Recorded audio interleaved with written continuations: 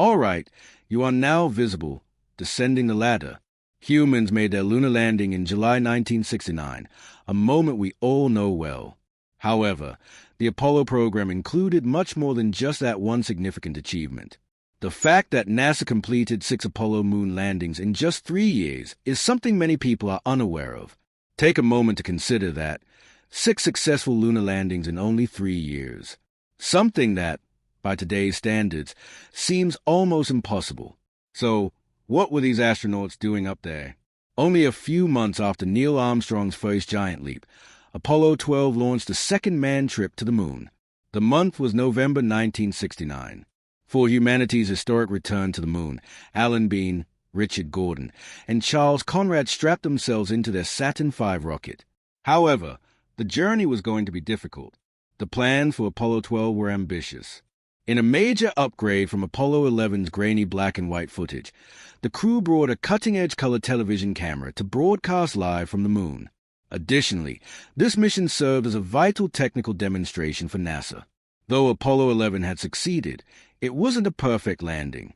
The majority of people were unaware that Neil and Buzz had been flying off course the entire time their spacecraft was descending toward the surface. They ultimately landed in what was practically a random location, several miles from the intended landing zone. So, NASA's challenge with Apollo 12 was to prove they could land a spacecraft precisely on target. This precision would be essential for accomplishing future scientific objectives on the lunar surface. To test this, NASA selected a specific target, the Surveyor 3 spacecraft, a robotic lander that had touched down on the moon in 1967. Apollo 12's mission would be to land near Surveyor 3 and investigate it directly. Unfortunately, Apollo 12's crew faced difficulties right from the start. During liftoff, a rainstorm was in progress.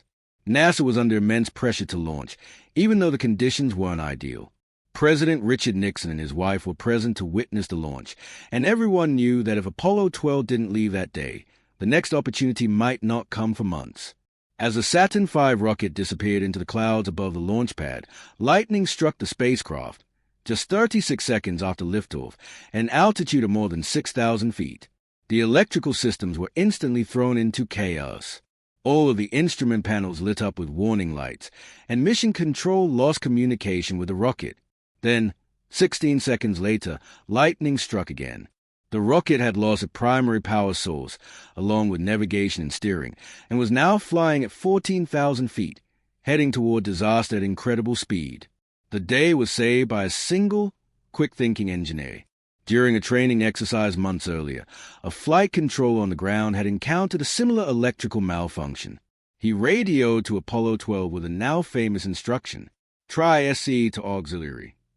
That simple command, switching the signal conditioning equipment to auxiliary mode, restored power and allowed the mission to continue. It also became the last time NASA ever launched a rocket during a thunderstorm. After that near catastrophe, Apollo 12 managed to land almost perfectly near the edge of the Surveyor crater, only 180 meters from the waiting Surveyor 3 spacecraft. The first color TV broadcast from the moon was watched by millions back on Earth. Their view of the second man to walk on the moon was spectacular, at least for a few minutes. Unfortunately, Alan Bean accidentally aimed the camera directly at the sun. And since the moon has no atmosphere, the sunlight there is extremely intense.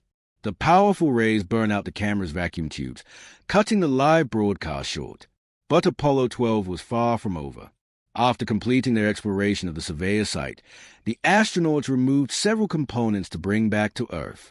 The first man-made objects ever returned after spending years exposed to the harsh environment of space.